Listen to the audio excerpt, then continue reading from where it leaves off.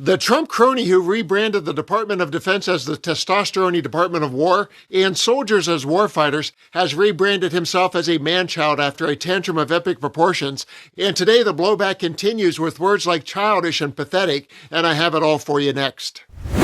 I'm Dan, and thank you for watching Occupy Democrats. If you're new to the channel, please hit that subscribe button to get all of our videos revealing the rot in Trump's regime.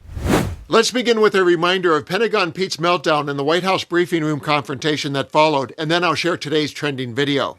At the Pentagon this morning, Secretary Hegseth, while defending the administration's handling of this war, made these two statements just minutes apart in his prepared remarks.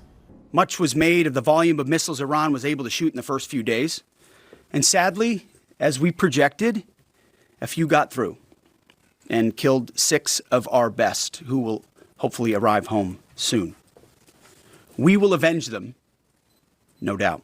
When a few drones get through or tragic things happen, it's front page news.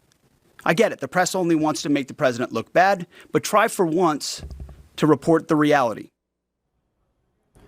During that White House press briefing today, I asked Caroline Leavitt about those comments.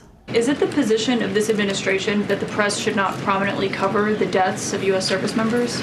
No, it's the position of this administration that the press in this room and the press across the country should accurately report on the success of Operation Epic Fury and the damage it is doing to the rogue Iranian regime that has threatened the lives of every single American in this room. If the Iranian regime had their choice, they would kill every single person in this room. And so we can all be very grateful that we have an administration and that we have men and women in our armed forces who are willing to sacrifice their own lives for the rest of us in this room and for every American across the country and for every troop that is based in the Middle East. That's what these... Hegseth was complaining that it was front page news about these 6 service members who were killed. That's not what the Secretary said, Caitlin, and that's not what the Secretary meant, and you know it. Drones get through or tragic things happen, it's front page news. I get it, the press only wants to make the president look bad. Yeah, as you know, we cover the deaths of U.S. service members under every president. The press does only want to make the president look bad.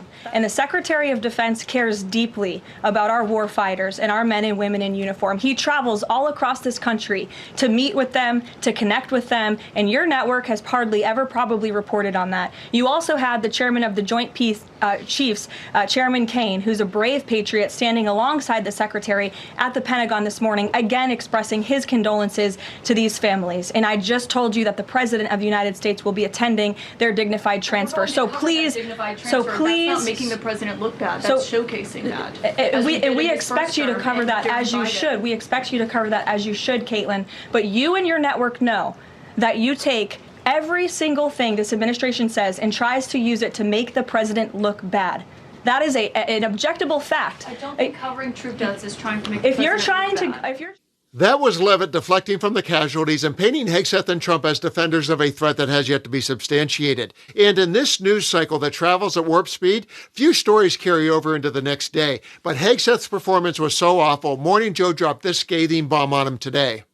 Spokesperson for the White House yesterday acted like even mentioning these fallen heroes' names was like a slur against the president. They actually tried to make the death of American troops about Donald Trump.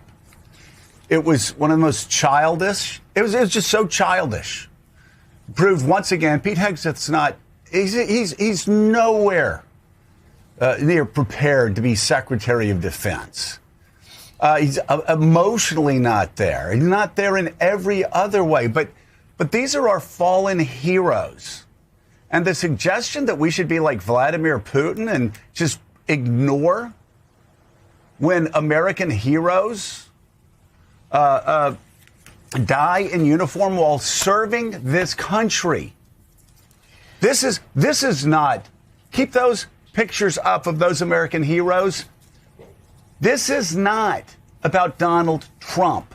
This is about these heroes and the families and the friends and the loved ones who mourn them. Willie, just to Joe's point, in that briefing yesterday, which Jonathan Lemire and I covered, yes, we need to talk about Pete Hegseth and the president. But when the chairman of the Joint Chiefs, Dan Kane, took to the podium It is the first thing he talked about. Of course. It is the first thing he talked about.